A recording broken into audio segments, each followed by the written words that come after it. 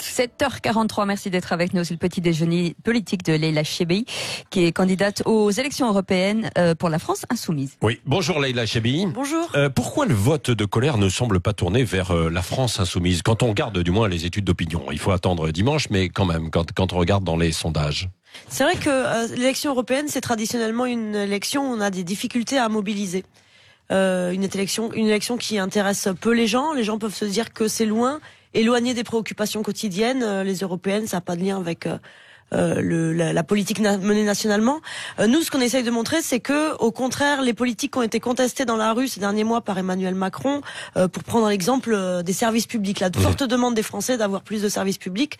Quand on ferme une gare, quand on ferme un hôpital, c'est lié à des choix qui sont faits à l'échelle de l'Europe. Après, c'est vrai que moi, je peux comprendre les gens qui se disent à quoi bon aller voter.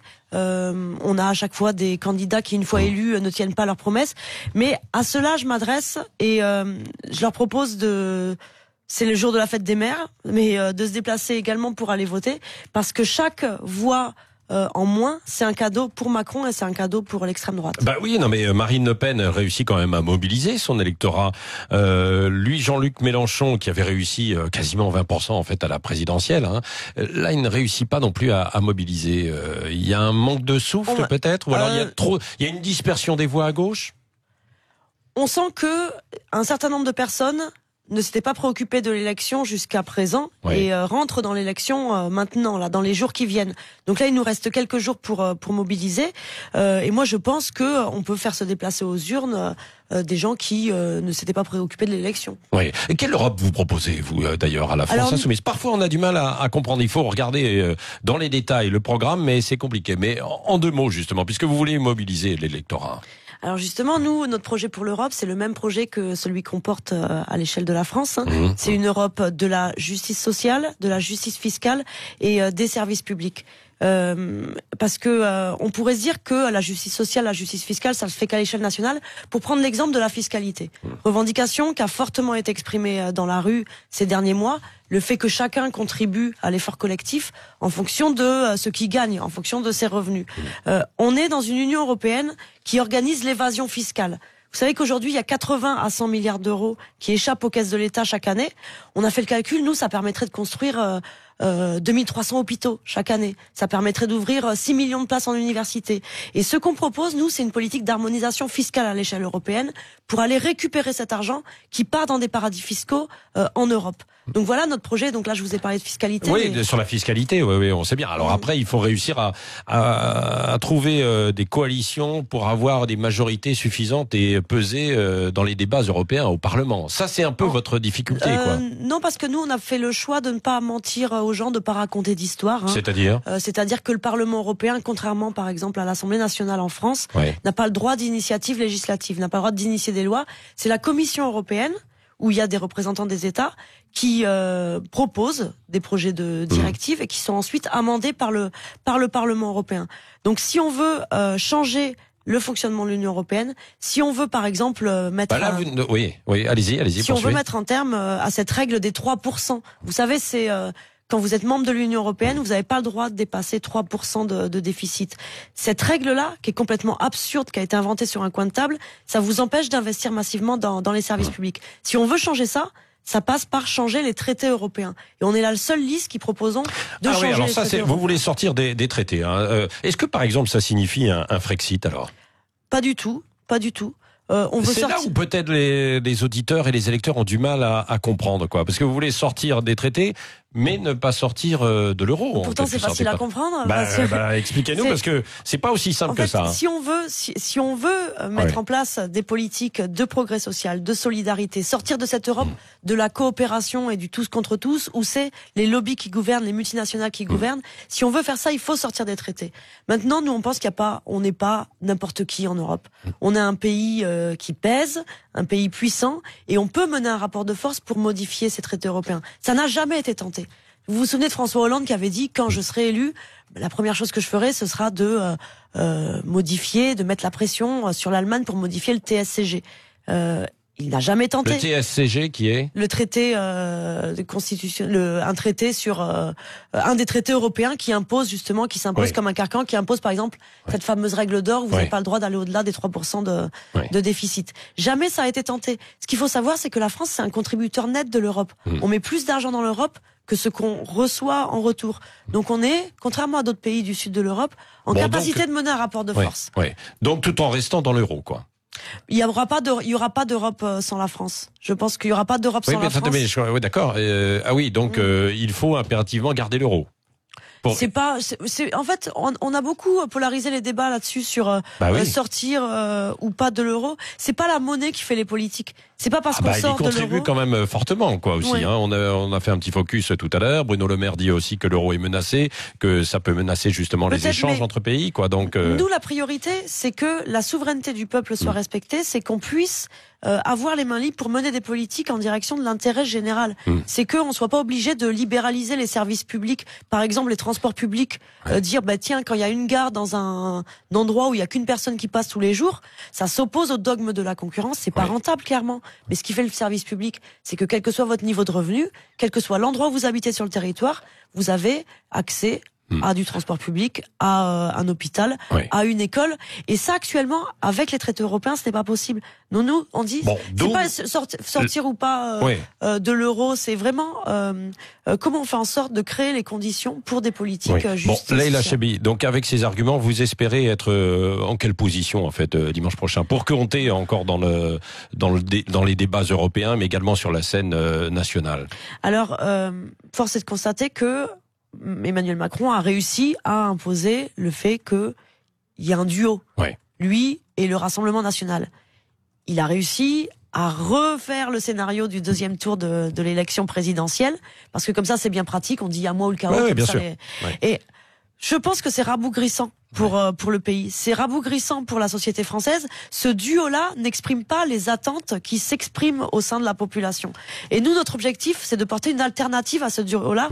Donc d'arriver troisième. Pour l'instant, donc concrètement d'arriver troisième. Vous pensez arriver devant les Républicains? La marche est pas très haute. Les enquêtes d'opinion nous mettent à peu près autour de 10%. Oui, parfois un peu moins. On est autour de 2,5 points à peu près des Républicains. Ce serait quand même dommage pour le pays que les trois forces qui arrivent en tête, ce soit trois nuances de droite.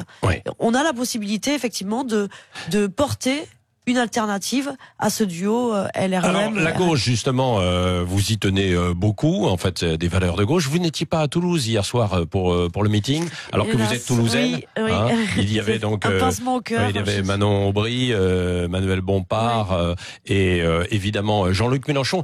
Écoutez, vous n'étiez pas à Toulouse hier soir, mais un petit extrait là.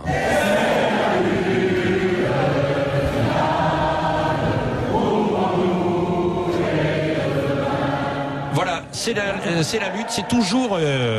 C'est l'international. Oui, l'international, toujours en fait. Mais c'est une chanson, en fait, c'est une chanson du mouvement social, du mouvement ouvrier. Il faut savoir que sur notre liste, on regroupe toute la diversité du mouvement social et du mouvement ouvrier. Sur notre liste, il y a une majorité de gens qui avaient jamais mis les pieds dans un mouvement politique, qui sont, il y a une aide-soignante, Anne-Sophie Pelletier, qui a fait plus de 117 jours de grève. Des gilets jaunes, un Bernard peu. Borgiali, 79 gilets jaunes en quelque sorte. Mais on a également donc des communistes, on a des écologistes, on a Emmanuel Morel, ancien socialiste. Vous avez peut-être des communistes, mais vous avez vu quand même que Yann Brossat arrive, il vous grappille des électeurs. Il est à plus de 3% dans les intentions de vote. Yann Brossat, il fait de bonne campagne. Il aurait fallu s'allier avec lui. Il fait une bonne campagne. Après, je pense que si on veut donner du poids à des idées sociales, écologistes, de justice, de solidarité, il faut donner de la force à la force. Oui. Leïla Chebbi, Marine Le Pen a renommé votre parti hier, LFI, la France islamiste. Qu'est-ce que vous lui répondez ? Je lui réponds que c'est son fonds de commerce, de toute façon. Ça a toujours été son fonds de commerce de s'attaquer, de créer de la peur comme ça, une fois sur l'islam, une fois sur les immigrés, sur les réfugiés. Après, je me dis que si elle a besoin de s'attaquer comme ça à la France insoumise, c'est qu'elle a des raisons peut-être de craindre, de voir qu'il y a manifestement une dynamique de notre côté. Et que, dynamique alors qu'il y a certains de votre parti qui sont partis au Rassemblement National. Il y a une personne qui est partie. Mais ça fait beaucoup de bruit quand même, non ? Ça fait beaucoup de bruit et c'est une douleur parce qu'à chaque fois, avec ce cas-là particulier de cette trahison, on nous sort encore la petite musique comme quoi il y aurait éventuellement des ponts, alors que moi ce que je veux dire c'est que nous n'avons rien à voir. Je redis que nous n'avons rien à voir avec le Rassemblement national. Nous n'avons rien à voir avec les idées nauséabondes qui sont véhiculées par ce. C'est pour ça que Marine Le Pen, elle dit, elle dénonce le refus, justement, votre refus de contrôle aux frontières, la distribution de la nationalité française, le vote des immigrés. Elle dit voilà, ils veulent de la souveraineté, mais ils ouvrent les frontières. Non, mais elle a besoin. Elle se revendique le parti du peuple, le mouvement qui va répondre aux aspirations populaires. Et on voit qu'en fait, dès qu'on creuse, dès qu'on va sur le terrain des propositions, qu'est-ce qu'elle a proposé? Monter les gens les uns contre les autres. En matière de justice sociale, par contre, vous l'entendrez pas. Il faut savoir que le Rassemblement national, il a fait alliance avec son homologue autrichien, qui vient de re-signer, mettre en place la semaine de 60 heures par semaine. Steve Bannon, allié de Marine Le Pen, c'est un des plus gros libéraux qui vient là sur Paris en se payant une chambre à 8 000 € la nuit. Donc quand on creuse, on s'aperçoit que le Rassemblement national ne répond pas aux préoccupations sociales qui sont exprimées dans la population. Pourtant, elle dit qu'elle a une préoccupation sociale. Mais vous dites, elle a besoin de faire diversion, comme d'habitude, en inventant un péril islamiste. Immigrés, et voilà, c'est son fonds de commerce. Oui. Et Leïla Chaibi, candidate aux élections européennes pour la France insoumise. Le mot de la fin avec Cécile de Ménibus.